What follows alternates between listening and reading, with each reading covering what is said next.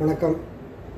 நமக்கு இன்றைக்கி நம்ம பேச போகிறது அமைச்சர் ஆதவ அர்ஜுனா ரொம்ப உளறிருக்காரு. அதில் சில விஷயங்களை பற்றி பேசுவோம். அதாவது உள்ளாட்சித்துறை தேர்தல் வரப்போது அதை நம்ம ஜெயிக்கணும்.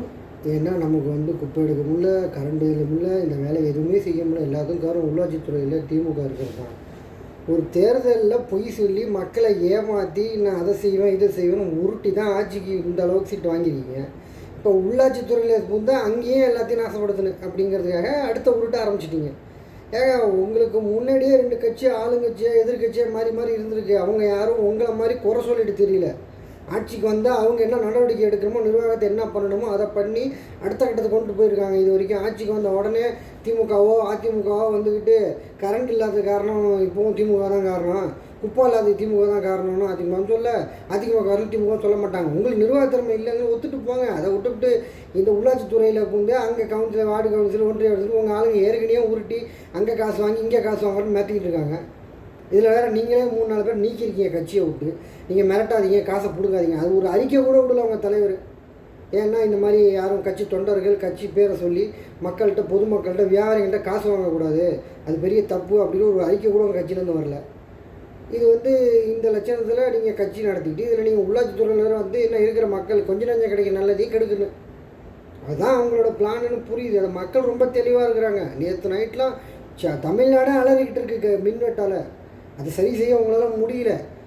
இதுக்கு முன்னாடி இருந்த 2 அரசாங்கம் மாறி வந்துச்சு. இதே பிரச்சனைகள் எல்லா அரசாங்கங்களையும் வந்துருக்கு. சரி பண்ணிவிட்டு மேலே அடுத்த அது பிரச்சனையை தீர்க்கிறதுக்கு என்னவோ அதுதான் பார்ப்போம். குறை சொல்லிக்கிட்டு மைக்கை பிடிச்சிட்டு பேசிகிட்டு இல்லை யாரும். நீங்கள் தான் பேசியிருக்கீங்கன்னா உங்களுக்கு தெரியாது, பேசப்பட்டு தான் திரும்பி பேசிக்கிட்டு இருக்கீங்க. அப்புறம் அதிமுக முன்னாள் அமைச்சர்கள் ஜெயலலிதா அவர்களுக்காக வெயிட் பண்ணீங்க, காத்திருந்தீங்க, போனீங்கன்னா அதுக்கான ஒரு அர்த்தம் இருக்குது. ஏன்னா அந்த பெண் ஒரு இரும்பு பெண்மணியாக தமிழ்நாட்டை ஆண்டிருக்காங்க. எதிர்கட்சியாகவே இருந்தாலும் அவங்களுடைய ஆளுமையை நாங்கள் என்றைக்கும் குறைஞ்சி மதிப்பிடல. அப்படிப்பட்ட ஒரு ஆளுமைக்காக நீங்கள் வெயிட் பண்ணீங்க. அதில் ஒரு மரியாதை இருந்துச்சு. ஆனால் இப்போ போய் பனையூரில் 1 மணி நேரம் கேட்டுக்கிட்ட போய் தூங்கிட்டு இருந்தீங்க பார்த்தீங்களா? ஏன் இவ்வளோ சுயமரியாதையை விட்டுட்டு போய் ஒரு பதவியும் பணமும் உங்களுக்கு தேவையா? சுயமரியாதை வேணாம்? எத்தனை வருஷமாக அரசியல் பண்ணியிருக்கீங்க. அந்த கட்சியில் யாராவது மதிக்கிறாங்க? தலைவரை முதல்ல நீங்கள் பார்த்துருவீங்களா? பார்க்க முடியுமா அவங்களால அந்த கட்சி தலைவரை? என்ன ஐடியாவில் நீங்கள் போய் அந்த கட்சியில் சேர்ந்துக்கிட்டு இருக்கீங்க? சேர்றது அந்த கட்சி உங்களுக்கு லாபம் நினச்சி நீங்கள் சேர்றீங்க கிடையாது. மொத்தமாக மண்ணள்ளிட்டு போகுது, மொத்தமாக மண்ணக்க போகுது அந்த கட்சி. ஏன்னா எந்த தொலைநோக்கு திட்டமும் இல்லை அவங்கக்கிட்ட. ஆல்ரெடி 18,500 ரூபா 18,500 கோடி இப்போ போயிடுச்சு ஆந்திராவுக்கு. அது என்னமோ தெரியல, எல்லா தொழிலும் ஆந்திராவுக்கு தான் போகுது. என்ன கதைன்னு தெரியல. அமைச்சர் தான் கூப்பிட்டு விசாரிக்கணும் என்ன கதைன்னு தெரியல. ஏற்கனவே அவங்க தெலுங்கு தேசத்தில் ஒர்க் பண்ணியிருக்காங்க பார்ட்டி வேலை. இது என்ன கதைன்னு தெரியல. இப்படியே போயிட்டுருக்குது. டிவிக்கேன்னு கத்திட்டு இருக்கீங்களா தொண்டர்களே? உங்களுக்கு தான் சொல்கிறேன். திமுக இதுக்கு முன்னாடி தொழில் கொண்டு வந்ததோ, ஒரு நலத்திட்டத்தை செஞ்சதோ, ஒரு டெவலப்மெண்ட்டுக்கு பொருளாதார வளர்ச்சி கொண்டு வந்ததில் யார் பயனடைவா? திமுக காரனா?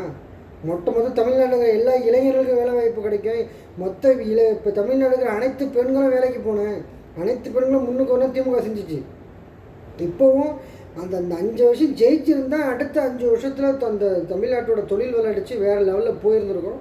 அது ஸ்டாப் ஆகிடுச்சு. சரி, இவங்க கண்டினியூ பண்ணியிருந்தாலும் பரவாயில்லன்னு பார்த்தா வந்தவொடனே 3 போயிடுச்சு ஒரே மாதத்துக்குள்ளே. நீ என்னென்ன போகுது தெரியும். இதனால் என்ன பாதிப்பு நினைக்கிறீங்க? நீங்கள் டிவி கத்திக்கிட்டே இருக்க வேண்டியதான். வீட்டில் சோறு இல்லாமல், உங்களுக்கு முன்னேற்றம் இல்லாமல் அப்படியே உட்கார வேண்டியதான். அதுதான் இப்போ நடக்க போகுது. இடத்து வேலை இல்லைன்னா உங்களால் சம்பாதிக்க முடியாது. சம்பாதிக்காமல் நீங்கள் எப்படி மேலே வருவீங்க? கட்சி தொண்டனாக இருக்கலாம். கடைசி வரைக்கும் ரசிகனா டிக்கெட் வாங்கினீங்க. ஃப்ளாட்டில் 1000 ரூபா இல்லை 5000 ரூபா கொடுத்தா டிக்கெட் வாங்கி முதல் ஷோ படம் பார்த்தீங்க. அது ஒரு சந்தோஷப்பட்டீங்க. இப்போ ஓட்டை போட்டுவிட்டு அவங்க சம்பாரிச்சிட்டு இருப்பாங்க, நீங்கள் உட்காந்து வேடிக்கை பார்க்க வேண்டியதான். அதுதான் நடக்க போகுது. இப்போ போயிட்டுருக்க நிலைமை பார்த்தா அதுதான் நடக்கும்.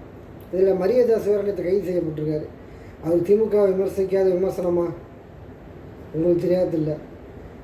ஒரு ஊடக சுதந்திரங்கிறத எந்த அளவுக்கு திமுக கொடுத்துச்சுங்கிறதோட உதாரணம்னா நீங்கள் விர்ச்சுவல் வாரிசுங்க வெளியே நடமாட்டிருக்கீங்களா? அது எந்த அளவுக்கு இந்த அரசு பயப்படுது, நடுங்குது, யாருமே பேசக்கூடாது, நம்ம வண்டவாளம் வெளியே வரக்கூடாதுங்கிறது தயங்குதுங்கிறதுக்கு அடுத்த உதாரணம் இந்த அரசு இப்போ செஞ்சிட்ருக்க கைது. இதிலே புரிஞ்சிக்கலாம் திமுகவோட ஆளுமை என்ன, டிவிகேவோட இயலமை என்ன அப்படின்னு. தயவு செஞ்சு இனிமேலாவது புரிஞ்சிக்கிட்டு என்ன நீங்கள் டிவிகேன்னு உங்கள் தொண்டனாக இருக்கிறது முக்கியம் இல்லை. உங்கள் தொண்டனாக இருக்கிறது ஒரு பார்த்து தான் உங்கள் லைஃப். உங்களோட ஃப்யூச்சர்னு ஒன்று இருக்குது. அதுக்கு என்ன திட்டம் வச்சுருக்கோங்க கட்சி? நீங்களே கேளுங்க, நான் கேட்கல, நீங்கள் கேளுங்க. தொழிலுக்கு என்ன பண்ண போகிறீங்க? அடுத்தடுத்து என்ன தொழில் இருக்கிறதுக்கு என்ன பிளான் வச்சுருக்கீங்க? ஒவ்வொரு துறையிலையும் அடுத்தடுத்ததுக்கு என்னென்ன செஞ்சுட்டு என்ன ப்ராசஸிங்கில் இருக்குது, என்ன ப்ராசஸ் பண்ணலான்னு இருக்கீங்க. இல்லை உங்களுக்கு அதில் அனுபவ குறைபாடாக இருந்தால் எதிர்கட்சியை கலந்து வசதி செய்யுங்க. அப்படி நீங்கள் கேளுங்க. நீங்கள் கேட்குற கேள்வி வந்து உங்கள் நல்லதுக்கு தான். நீங்கள் எத்தனை இளைஞர்கள் இருக்கீங்க, எத்தனை இளம் பெண்கள் இருக்கீங்களோ அவங்க உங்களுடைய குடும்பத்துக்கும் உங்களுடைய வாழ்வாதாரத்துக்கும் உங்களுடைய பாதுகாப்பும் தான் அதை பேசிகிட்டு இருக்கேன். புரியுதா? சிங்கப்பெண்ணுன்னு ஆரம்பிக்கிறதா ஒரு நியூஸ் வந்ததே கேள்வி. 1 மாதம் ஆச்சு, என்ன ஆரம்பிக்கவும் இல்லை. அதற்கான அது என்ன ஆச்சுன்னு இது வரைக்கும் தெரியல. அப்புறம் இந்த லெவலில் ஒரு சாதாரண திட்டம், அதுவும் பேரை தான் மாற்றிருக்கீங்க, ஸ்டிக்கரை மாற்றிருக்கீங்க காரில், அதை கூட ஆரம்பிக்கீங்க. எவ்வளோ டைம், ஏன் இவ்வளோ நேரம் செஞ்சுருக்கலாமே. இதை கேட்டால் இதை பேசுனா கைது பண்ணுறதுக்கு சைபர் கிராமில் வந்து தூக்க வேண்டியதாக நிலைமைக்கு போயிடுது. ஏன் ஆளுங்கட்சி சரியாக இருந்தால் எல்லாமே திமுகவை என்ன விமர்சனம் பண்ணீங்க, அதுக்கெல்லாம் திமுக ஒவ்வொருத்தையும் கைது பண்ணிகிட்டே இருந்துச்சு. அப்படி செஞ்சுருந்தாக்கா பாசிசம் பாயாசம் பில்டப் கொடுத்து ரெண்டத்தையும் மிஞ்சி ஓவர்டேக் பண்ணி போய்ட்டுருக்கீங்களா பாஸ்? நீங்கள் குதிரை பேரத்தில் அடிச்சிக்க முடியல அவங்கள.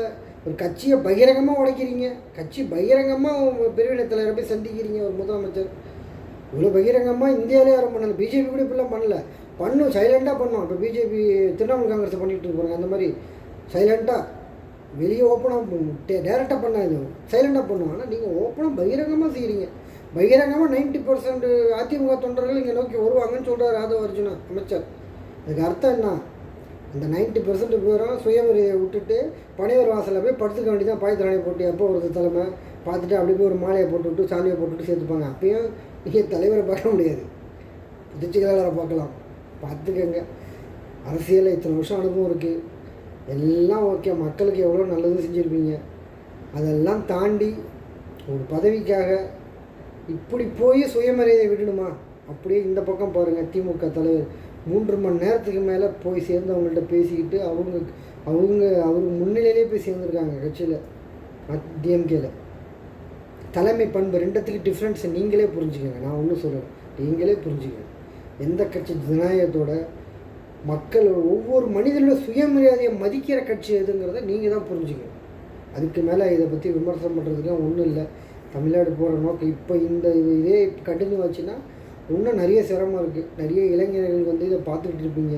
கமெண்டில் என்ன போடலாம், என்ன திட்டலாம், யார் திமுக ஆதரவு பேசுனா அவங்களை எப்படி நம்ம வல்கராக பேசுகிறாங்கிறத யோசிக்கிறத விட்டுட்டு நீங்கள் என்ன வேலை பார்த்துக்கிட்டு இருக்கீங்க, இல்லை எது வரைக்கும் வேலை பார்த்துருக்கீங்களா, இனிமேல் என்ன வேலைக்கு போகலான்னு இருக்கீங்க, அந்த வேலை வாய்ப்பு ஏற்படுறதுக்கு உங்கள் அரசாங்கம் என்ன பண்ண போகுது, நீங்கள் கட்டிக்கிட்டு இருந்த அவங்க தலைவர் உங்களுக்காக என்ன திட்டத்தை செயல்படுத்த போகிறாரு, அதுக்கு என்ன முயற்சி பண்ணிக்கிட்டு இருக்காரு அப்படின்னு கொஞ்சம் சிந்திச்சு அதுக்கப்புறம் கமெண்ட் பண்ணுறோம். புரியுதா? நாங்களும் கமெண்ட் பண்ணுறோம், நாங்களும் பதில் பேசுகிறோம். திமுக என்றைக்குமே விமர்சனத்தையும் ஏற்றுக்கும், பதில் விமர்சனமும் வைக்கும் நாகரிகமாக. இப்போ நாங்கள் அதுதான் பண்ணிகிட்டு இருக்கோம். நீங்கள் தாராளமாக திமுக விமர்சிக்கலாம், திட்டலாம். நீங்கள் தப்பு செஞ்சிட்டீங்க, ஏன் இப்படி செஞ்சீங்கன்னு கேட்கலாம். உங்களுக்கு எல்லா உரிமையும் இருக்குது. பதில் சொல்கிற கடமை எங்களுக்கு இருக்குது. அதே நேரத்தில் மற்றவங்க தப்பு செஞ்சாலும் அது கேட்குற கடமை எங்களுக்கும் இருக்குது இல்லையா? ஏன்னா ஒரு கட்சியில் பல லட்சம் தொண்டர்கள், பல கோடிக்கணக்கான தொண்டர்கள், பல லட்சம் நிர்வாகிகள் இருக்கிற ஒரு கட்சி. அப்படி இருக்கும்போது சில சங்கடங்கள், சில பேர் ஆட்கள் எல்லாம் சரியில்லாமல் இருக்கிறது இயல்பு. அதை நாங்கள் ஏற்றுக்கிறோம். அதை சரி செய்யணும். அது சரி செய்யறதுக்காக தான் குழு அமைச்சிருக்காங்க. கண்டிப்பாக செய்வாங்க. அடுத்த கட்டத்தை நோக்கி திமுக போயிட்டுருக்கு. தோத்த கட்சியில் கூட்டமாக சேர்றத நீங்கள் திமுகவை தான், அந்த படத்தை இங்கே தான் தமிழ்நாடு தான் நீங்கள் பார்த்துக்கிட்டு இருக்கீங்க. உங்கள் பாஷையில் சொல்லணுன்னா இந்தியா முழுக்க ஃபெயிலியரு. தமிழ்நாட்டில் சூப்பர் ஹிட் ஆகிடுச்சு டிஎம்கே படம். ஏன்னா தோற்றதுக்கப்புறம் நிறைய பேர் இங்கே வந்து சேர்றாங்கன்னா அது அந்த அளவுக்கு அந்த கட்சியோட கட்டுமானம் எந்த அளவுக்கு இருக்குது, கட்சியோட வலிமை எந்த அளவுக்கு இருக்குது, தலைமை எந்த அளவுக்கு ஸ்ட்ராங்காக இருக்குது அப்படிங்கிறத தான் புரிஞ்சுக்கணும். இவங்க ஏன் வந்து வாரிசு அரசியல் பேசினாங்களோ அந்த வாரிசு அரசியல் தான், இந்த குடும்ப ஓட்டுகள் தான் திமுகவோட பலம். அதுதான் என்றைக்குமே திமுகவோட பலம். ஓகே, அடுத்த இதில் சந்திப்போம். வணக்கம்.